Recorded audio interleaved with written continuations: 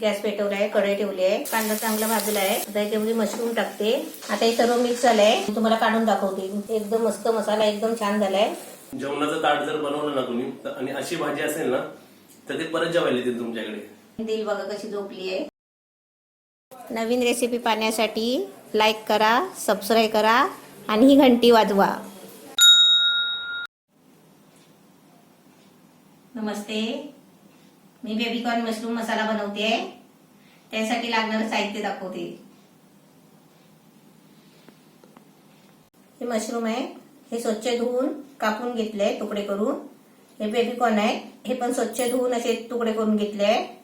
म्हणजे हे चौकोनी नाही, असे गोल तुकडे केले.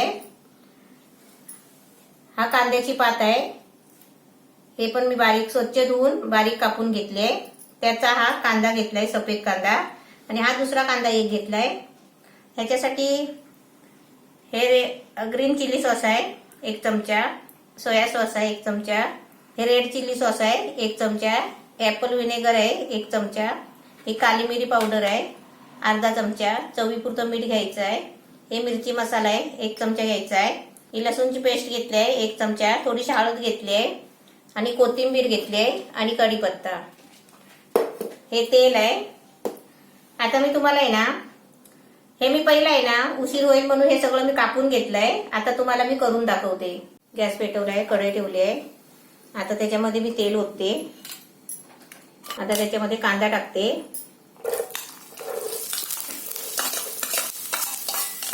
कांद्याच्या पातीचा कांदा पण घेतलाय आणि दुसरा कांदा पण घेतलाय, साधा कांदा आपला. कांदा चांगला भाजला आहे. आता याच्यामध्ये कढीपत्ता टाकते.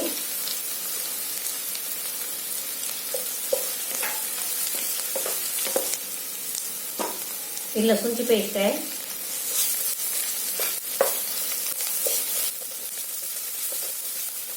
आता हे सर्व मसाले टाकता नाही ना, गॅस थोडा बारीक करायचा.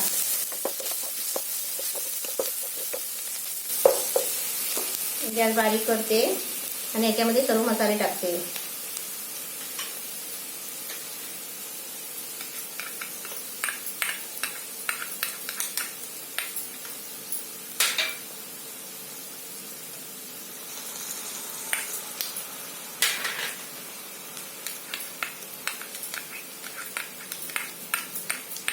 सर्व मसाले हे सर्व टाकून घ्यायचं आणि मग ढवळायचं.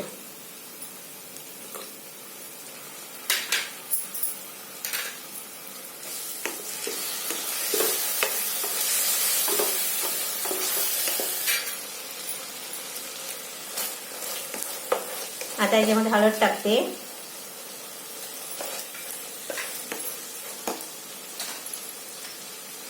आता मिरची मसाला टाकते 1 चमचा.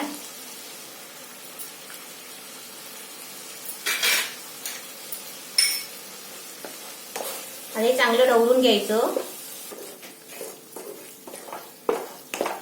हे मसाले सगळे टाकले ना ते असे चांगले फ्राय करून घ्यायचे, चांगले ढवळून घ्यायचे सारखे करून. आता याच्यामध्ये थोडी कोथिंबीर टाकते.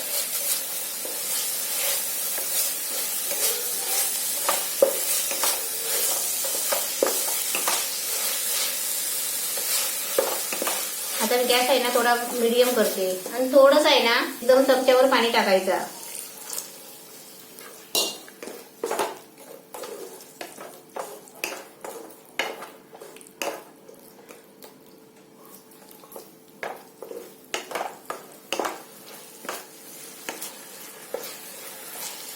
आता याच्यामध्ये बेबीकॉर्न टाकले.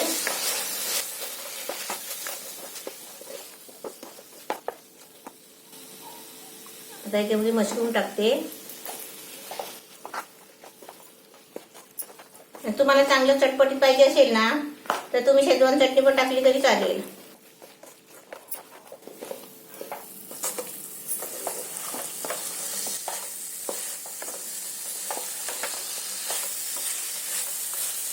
आता याच्यामध्ये मी कांद्याची भाजी टाकते.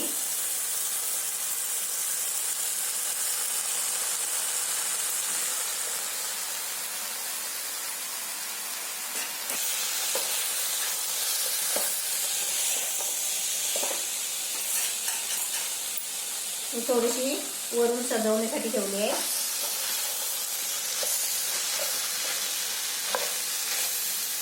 हे भाज्या सगळे टाकले ना की गॅस थोडा मीडियम करायचा, सगळं सारखं करून घ्यायचं. आता याच्यामध्ये आपल्याला मीठ टाकायचं आहे आणि काली मिरी पावडर. ही काली मिरी पावडर आहे.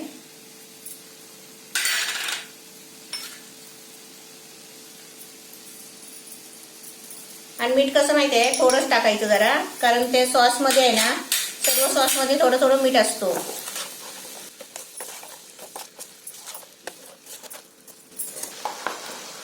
आता हे सर्व मिक्स झालंय. आता याच्यावरती आहे ना मी 15 ते 20 मिनिटासाठी झाकण ठेवते आणि तुम्हाला नंतर दाखवते. आणि गॅस आहे ना थोडा मीडियम ठेवायचा, बारीक, म्हणजे ते वाफेवर शिजतात. 15 मिनिटं झाले, एकदम मस्त झाले, छान झालंय. गॅस बंद करते आणि तुम्हाला काढून दाखवते. पप्पू सांगेल तुम्हाला कसं टेस्ट झालंय ते, चाकून बघेल. आता मी काढून घेते. एकदम मस्त मसाला, एकदम छान झालाय.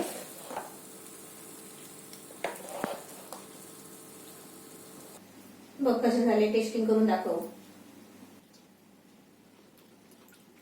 चांगली झाली आहे, चटपटीत. चटपटीत कधी लागते, थोडीशी काली मिरीची पावडर टाकली ना की चांगली चटपटीत झणझणीत लागते. आणि काली मिरीची पावडर आहे ना त्याच्यामुळे सर्दी खोकला पण होत नाही, गरम असते ना. खूप टेस्टी, चांगली झाली आहे. जेवणाचं ताट जर बनवलं ना तुम्ही आणि अशी भाजी असेल ना तर ते परत जेवायला येतील तुमच्याकडे. म्हणजे आता पनीर कसं एका डिशला अट्रॅक्ट करू शकतो, राईस प्लेटला किंवा नॉनव्हेज मध्ये तर सर्वच अट्रॅक्ट करतात, पण व्हेजिटेरियन मध्ये जर अशी भाजी असेल ना तर त्या राईस प्लेटला अट्रॅक्ट करू शकते. हे बेबीकॉर्न पण एकदम मस्त क्रंची आहेत आणि मशरूम पण एकदम मस्त व्यवस्थित शिजलेत. 15 मिनिटं शिजले वाफेवर, मीडियम गॅस केला होता. आणि वरतून टाकलं ना हे, त्याची पण क्रंच, तेवढं क्रंच खायला क्रंची वाटतंय. ही रेसिपी बनवा आणि अशीच खावा. चपाती पण नका खाऊ, भात पण नका खाऊ, अशीच खावा. अशीच म्हणजे खूप टेस्टी वाटते खायला. अशी मस्त चटपटीत झणझणीत रेसिपी बनवा. आणि पहिला माझा व्हिडिओ तुम्हाला येईल तेव्हा तुम्ही पटकन रेसिपी खोलल्या माझ्या रेसिपीला लाईक करा, सबस्क्राईब करा आणि घंटी वाजवा. का तू मी रेसिपी बनवते, दिल बघा कशी झोपली आहे.